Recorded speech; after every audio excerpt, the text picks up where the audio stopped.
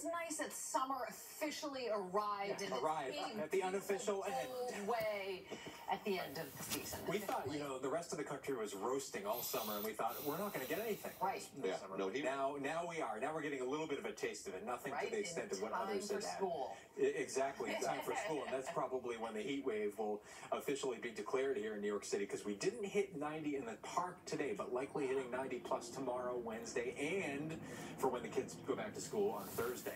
Right now, that temperature 85 in the city, dew point way up there around the 70-degree mark, and that's why it feels so muggy, and it will continue to feel that way for the next few days, and that will make 90s tomorrow, low 90s, feel more like middle to upper 90s. 89 has been our high after a morning low of 73 degrees.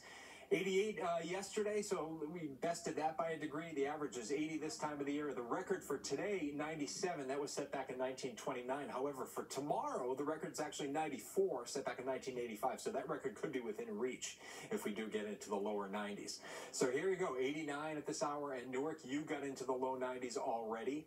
83 at JFK, you're 86 at White Plains. You got low 80s on the east end of the island at Montauk, still sitting at the 90-degree mark down the Jersey Shore at Belmar. And we have one little batch of clouds, even a couple of sprinkles here. Somerset and Middlesex moving into extreme southern parts of Monmouth County there near the Howell area. And this band continues moving off to the south. I think we're high and dry beyond that, though. You see the remnants of Idalia up here, and that's basically still generating a lot of wave activity, and that's why we have that high risk of rip currents toward the Jersey Shore especially. But the tropics are starting to heat up again. We have another wave coming off of the coast of Africa. It came off the coast just a few days ago. And now it's starting to gain organization, moving over what we call the main development region, the MDR of the Atlantic Ocean. This will head off to the west and northwest. And this could become, if it gets named, Mr. Goldberg will like this. It's going to be Tropical Storm Lee and eventually Hurricane Lee, most likely. And it could become a formidable storm north of the Leeward Islands by the weekend.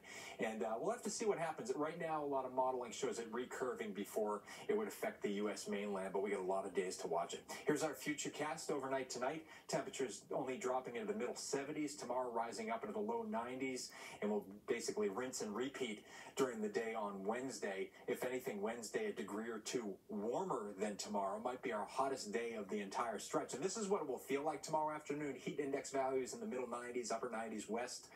On Wednesday, we're talking about the heat index of 96 in the park and feeling close to the century mark over toward a place like Morristown. So here's your accurate weather forecast for tonight.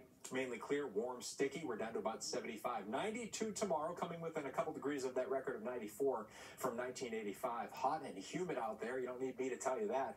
And heading into tomorrow night, barely going below 80 in New York City. So we're calling tomorrow on Wednesday an AccuWeather alert, because that combination of heat and humidity can be dangerous for any type of strenuous outdoor activity.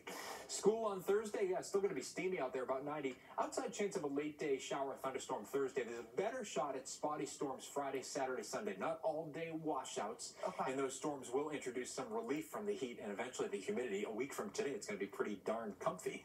Temperatures only in the upper 70s by next Monday, and lower humidity as well. Well, we will squeeze out as much of summer weather as we can possibly. Yeah, we will. All right, Jeff. All right. Thanks, Jeff.